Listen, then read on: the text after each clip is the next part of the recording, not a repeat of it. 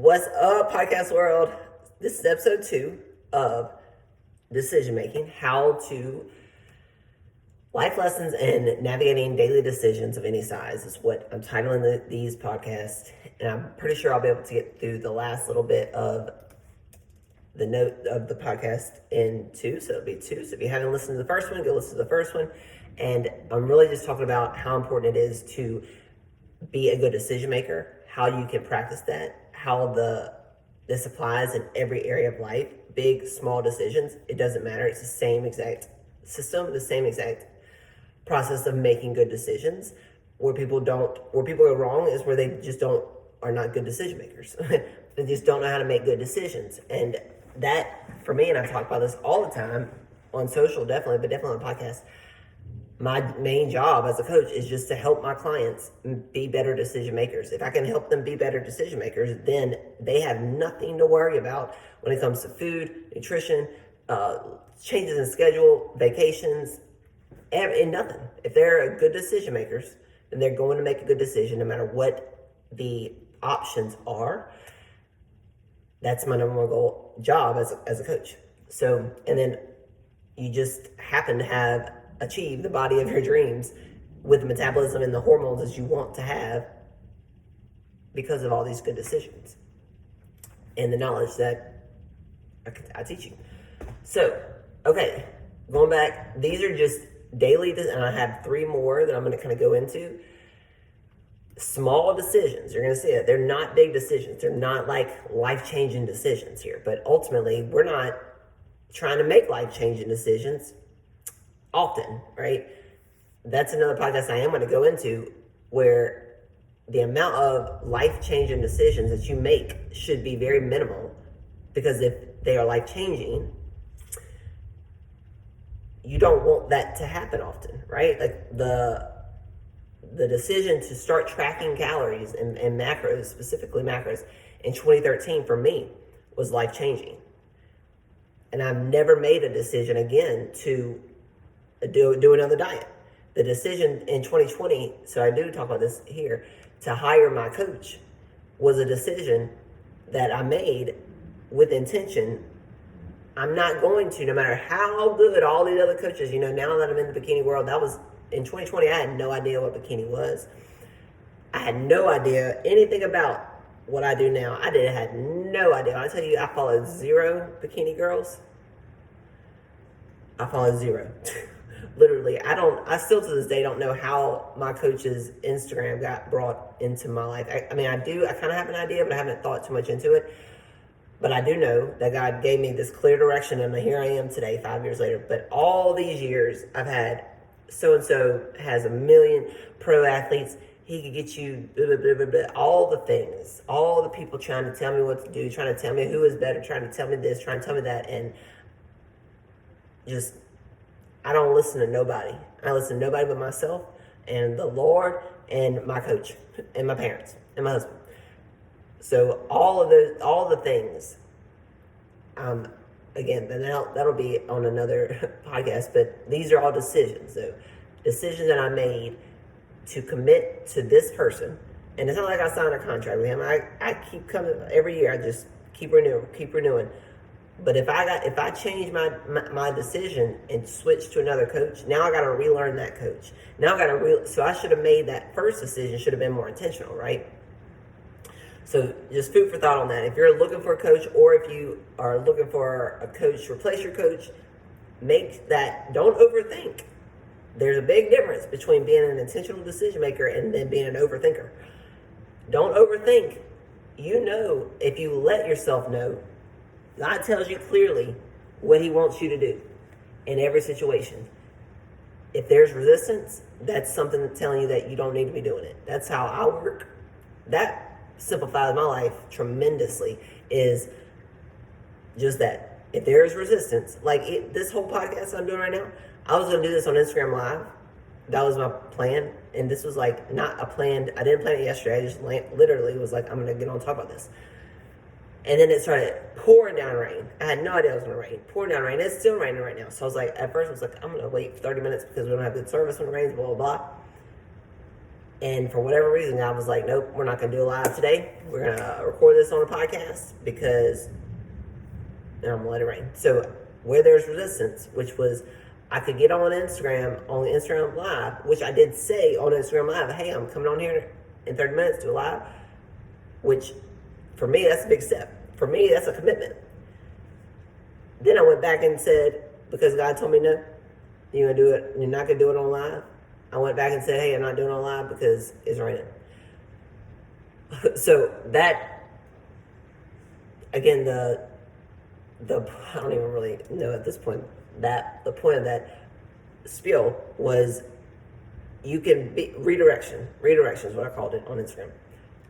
Let God redirect you. So if you're looking for a coach, if you are looking for your first time coach or a coach to switch from, which I hear and I talk to girls about it every single day, make that the last time you do it. Make that the last diet you sign up for. Make that the last program that you have to learn, the last coach you have to learn forever.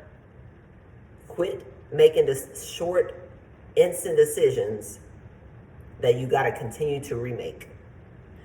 One of the mental exercises I get my clients to do is know their boundary is you make no instant decisions. If it's not in the plan, then we're not going to do it.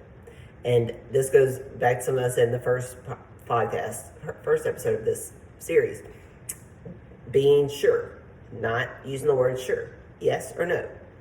So in there, there's where I have to help clients find is the balance between having a plan, sticking to the plan, and then being flexible when the plan does not go like you want it to, or like you planned it to do.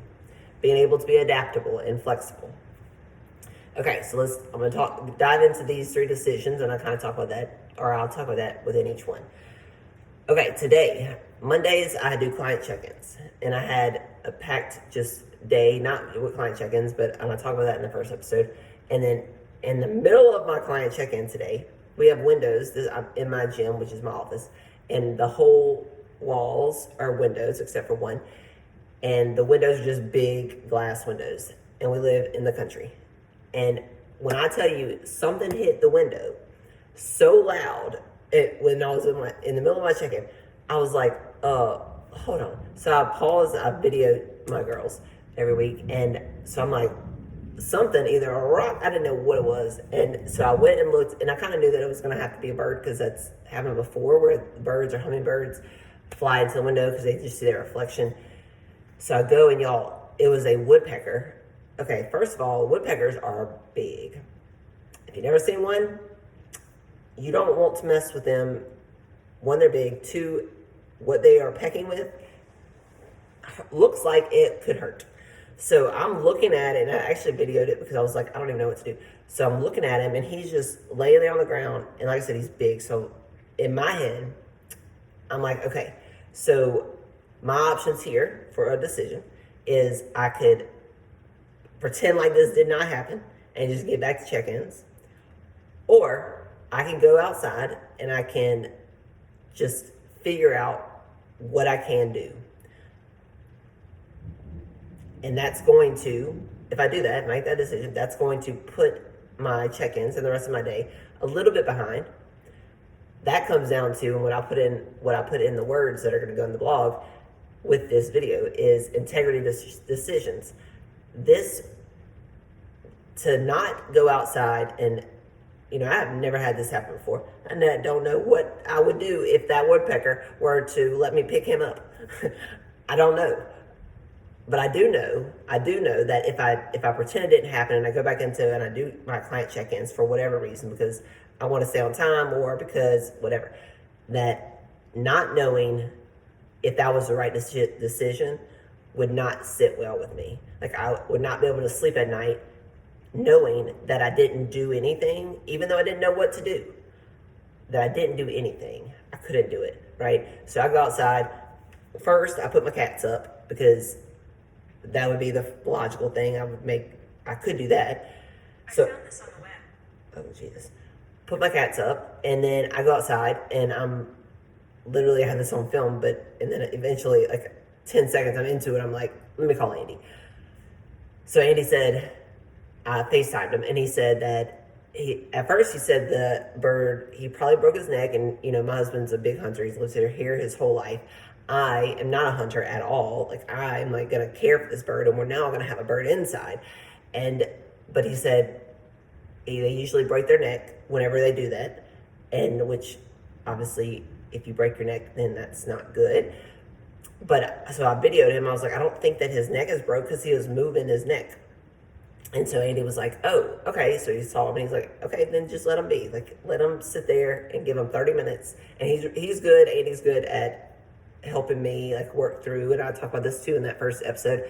My anxiety is like things, and that's not anxiety. That's just, I care. And so, but he helps me work through that. He said, go inside for 30 minutes. And if he's not up after 30 minutes, then I'll come home and we'll figure out what the next step is. And of course, so I was like, okay, so I come inside, with the cat's inside, come inside, finish up check-ins, and then 30 minutes later I look and he has fallen off. But that was a decision that I had to make in the moment. And when I made that decision, whatever came along with that, I accepted in the moment that I walked out the door to go see what I could do, right? Whatever that looked like. And so I'm not going to tell the story of Tyson, but it's the same exact situation that when I found Tyson, I was literally doing actually a check-in video. And it's funny because I have the video, I need to post it. And it was pitch black outside. We live in the country, so I was watering my mother-in-law's, I was outside in the dark. And I was finishing up one of my girls' check-ins, just talking again. We talk about things like this, mental health.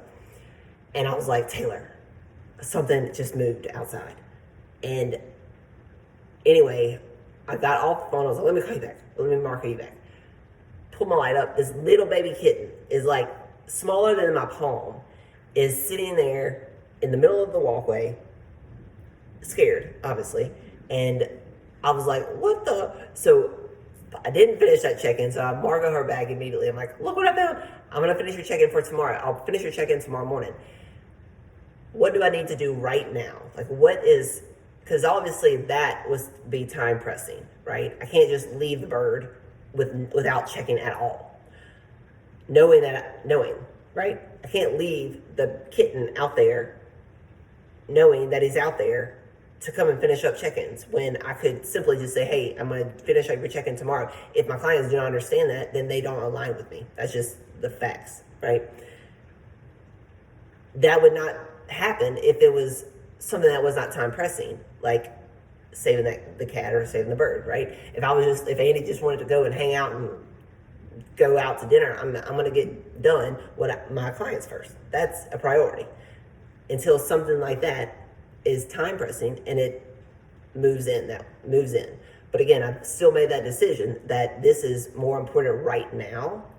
And I've also made the decision with that the people that I am moving to the second priority are going to be okay with this decision, right?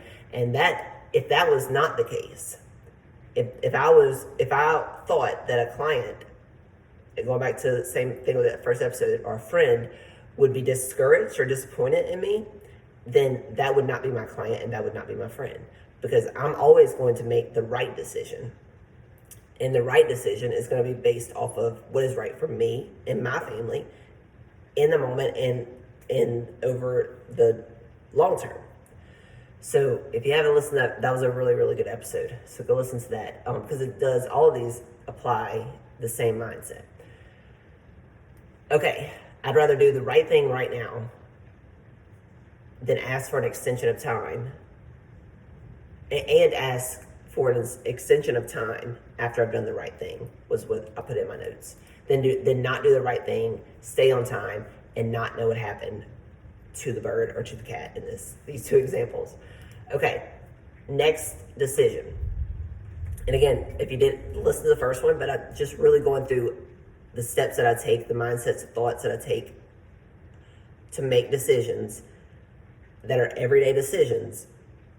How am I making them based on outcomes that I want? Because that's every decision that I make is based on the outcome, not how I want to feel right now. And that's a skill that you practice every day. All right, the decision to start tanning in a tanning bed. So that's one that I every year that or every time I do it. I don't tan unless I'm competing. I don't tan in a tanning bed for a lot of reasons, right? And I'm sure that you could be like, because this is what I hear.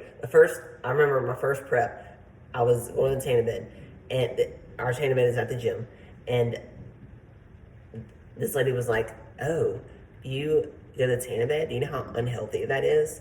And I was like, "Do you know how unhealthy it is to not drink water and eat the foods that you eat and not do the things that you don't do and do the things that you do? Don't worry about health, right? Don't tell me about health. If this is the only unhealthy thing I do, I'm okay with that, right?" So that being said, to know that I go to the tanning bed, and it's because I don't want to, I don't like, personally, this is a personal preference, don't like to be pale.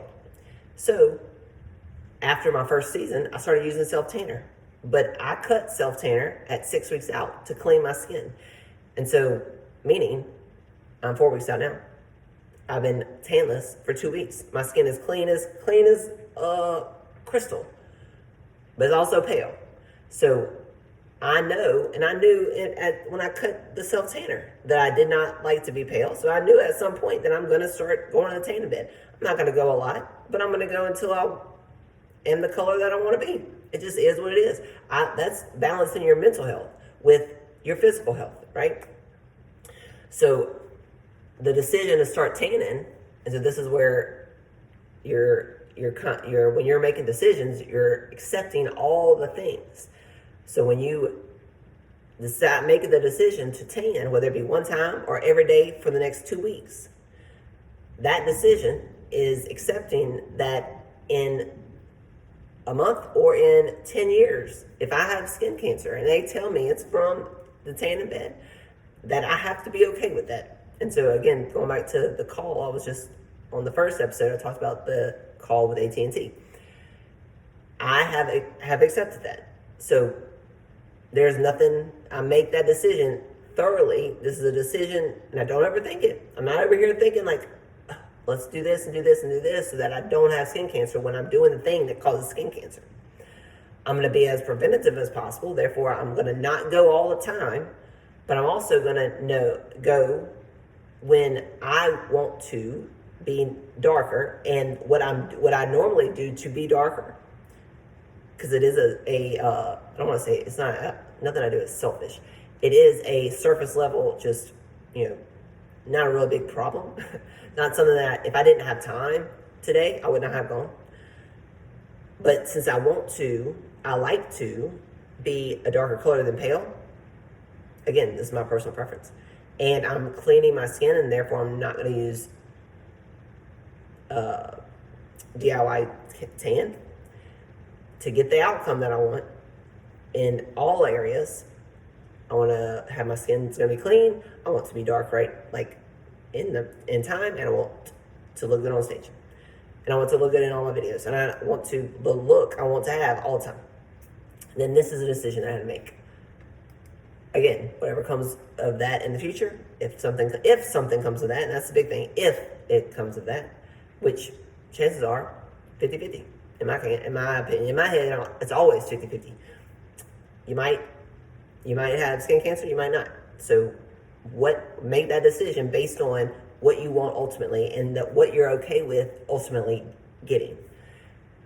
So that, hopefully that makes this decision process clear and not, because I don't want you to overthink. I want you to do what's best for you mentally and physically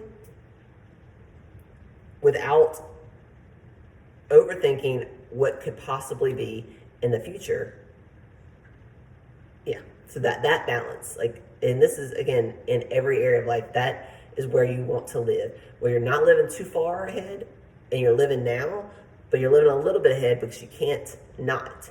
You have to be prepared for the show. I have to have my skin prepped. I have to, all these things. I have to be a little bit ahead, but I can't be so far ahead that I think I'm going to have skin cancer, so I'm not going to do it. I'm going to continue using DIY product, so therefore my skin's not going to be clean, and I'm going to not look like I want to look on stage because of that. Does that make sense?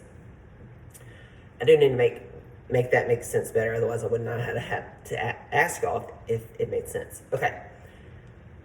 The last decision before I go into just a couple other key takeaways, and this was from today too.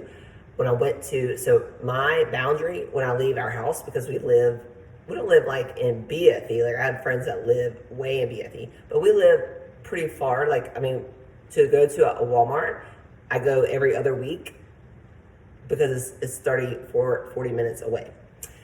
My boundary when I leave my house is I have to at least have 2 tasks to do. And if I only have one, then it's most likely can wait, or it's not that important. So if I can't consolidate, and so the grocery shopping would be one that I push off till I can do it with another task. And up until about 4 weeks ago, probably, I did my grocery shopping on Thursdays after my massage. So I get a massage, which is an hour and a half away, every other Thursday.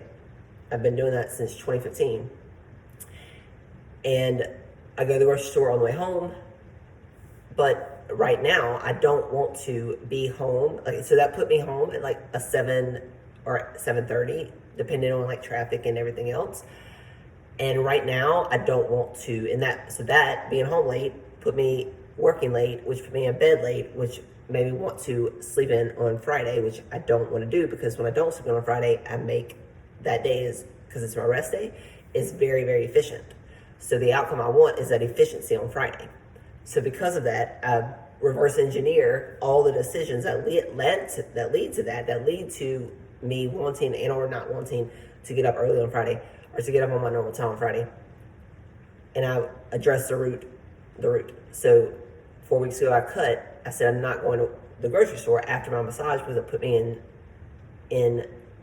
delayed in home, in bed, all the things later than I want to ultimately right now. And so with that being said, I moved my grocery day to Monday, which is every other week, every 3 weeks.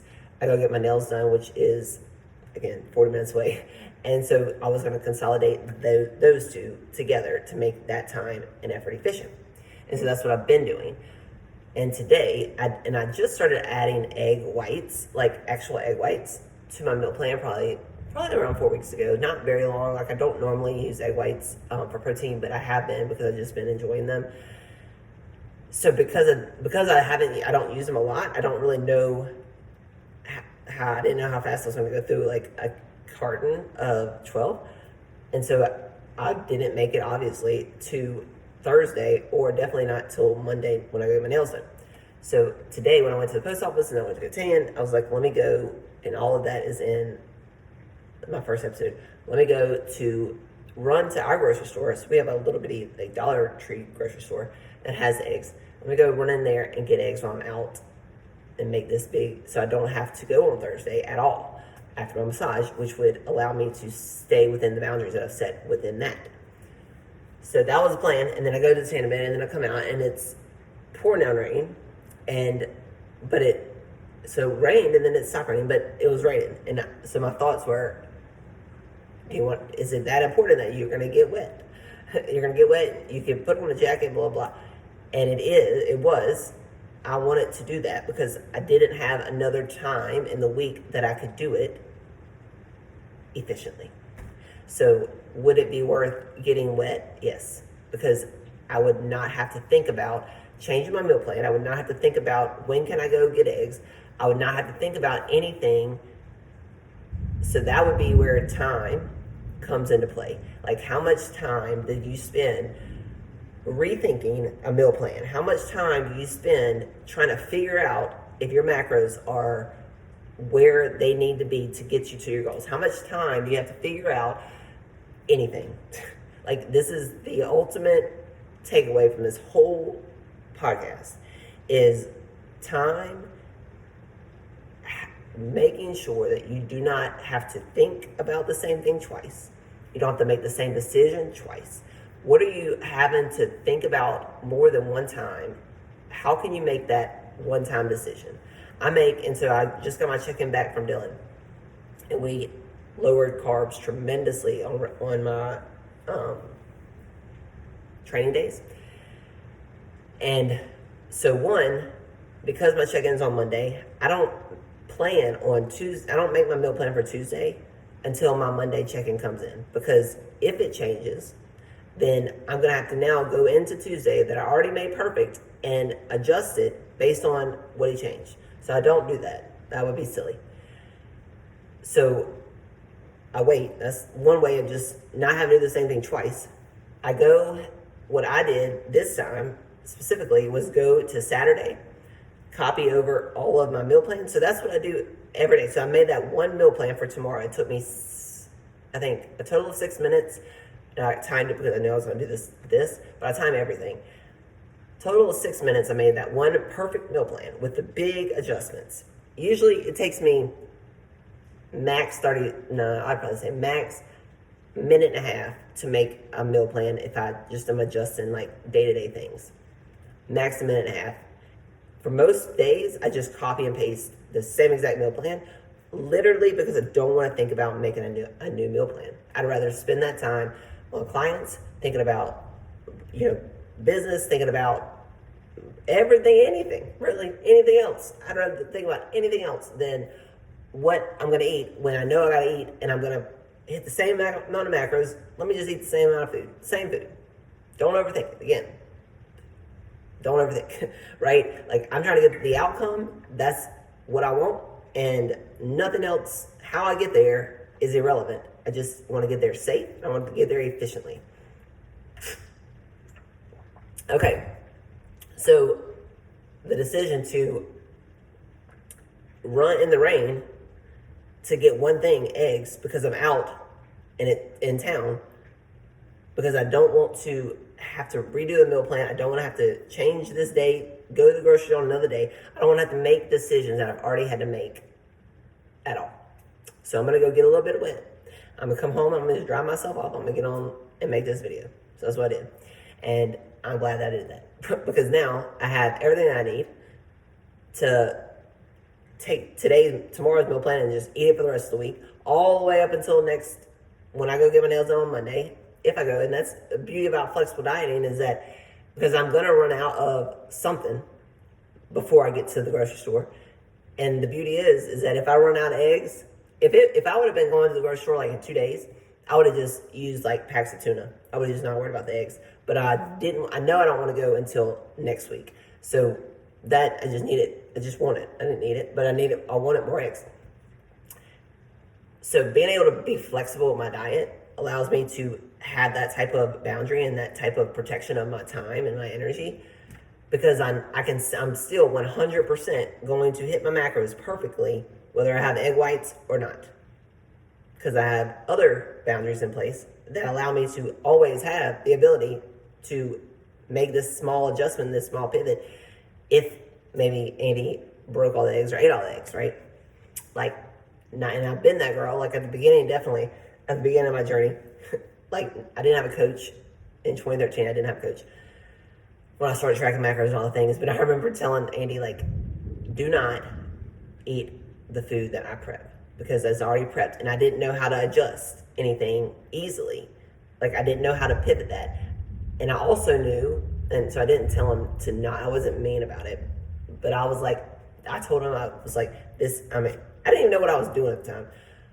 As far as tracking macros, I was like, look, I don't know how to adjust this very simply in my mind. So if I put it in these containers, will you just not eat it? And then I'll make a little bit more. So like, I think it was like something turkey or protein, some type of protein, and he just ate it. He didn't know what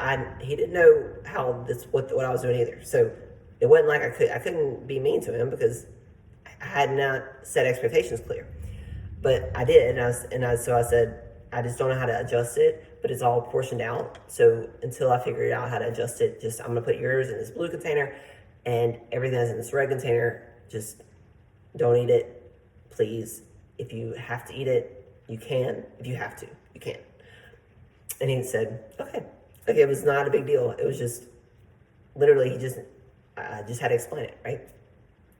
And what was the point of that? Oh, so now I knew in that moment, really, that I did not want to be that girl. I did not want to be that girl that said, oh, you cannot drink that or eat that. Like, that's mine. I've already prepped it out. I wanted to be able to, if he took a bite, I could easily replace it. If he ate the whole thing, I could easily replace it without mentally spiraling.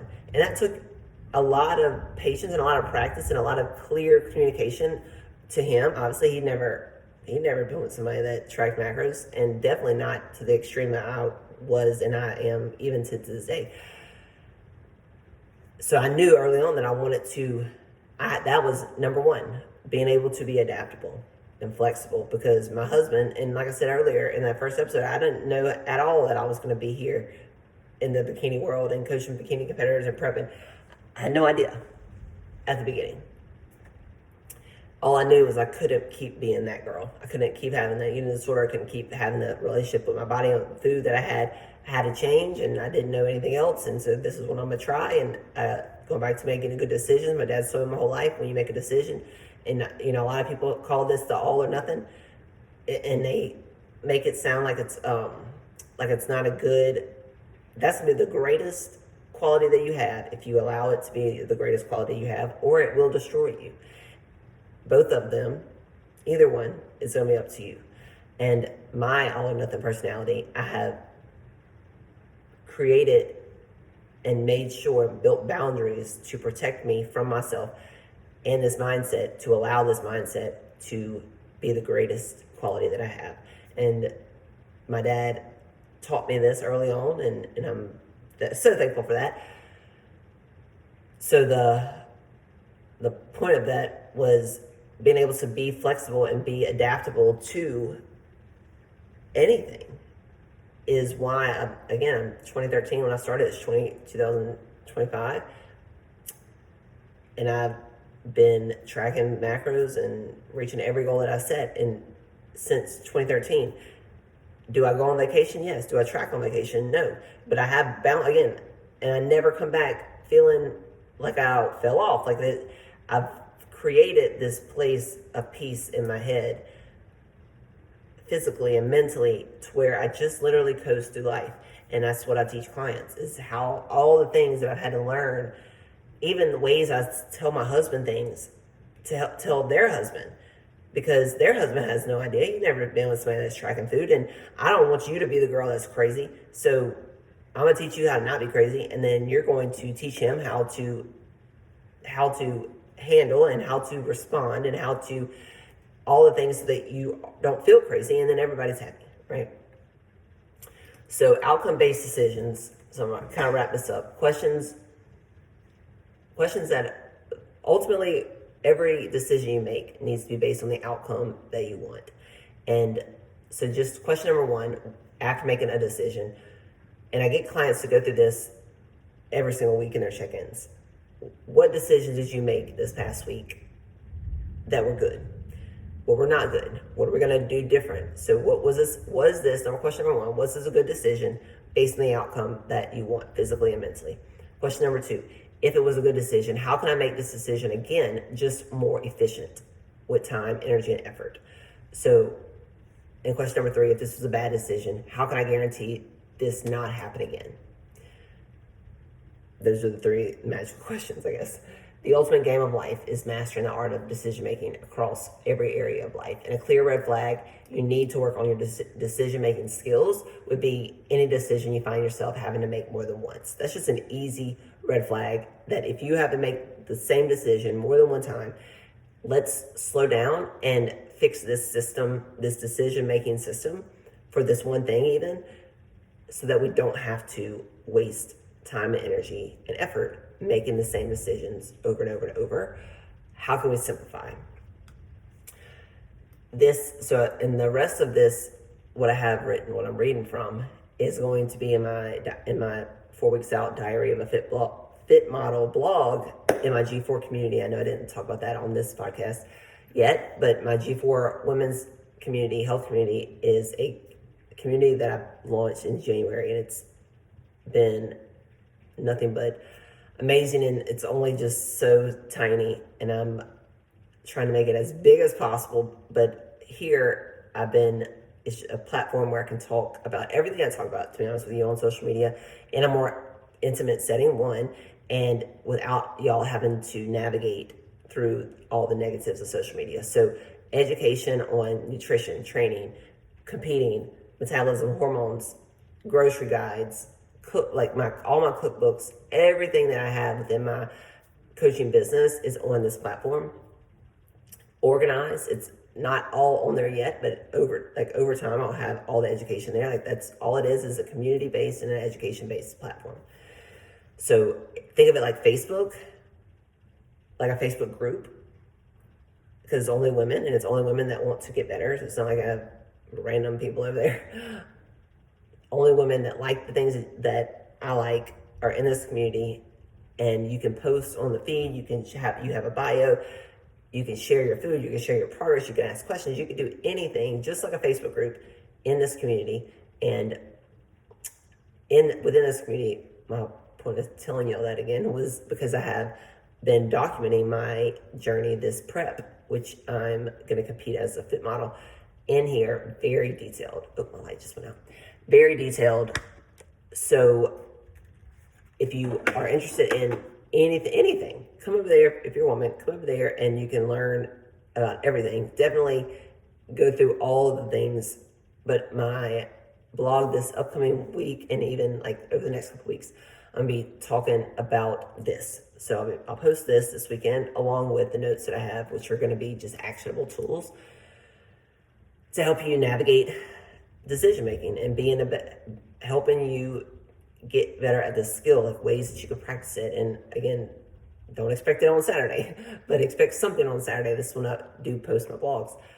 And then keep expecting it back just in the G4 community. It might not be in the blog, it might just be under the education portals. But yes, this has been a great episode, or a series episode, two episode series, Jesus. And I'm very excited that I did this, and so I'm gonna put this on YouTube. Please DM me if anything does hit home. Please, all feedback is always welcome, and any way that I can help you navigate decision making and anxiety, I want to help you do. So all your feedback is so helpful to me, whether it's good or bad. I love it.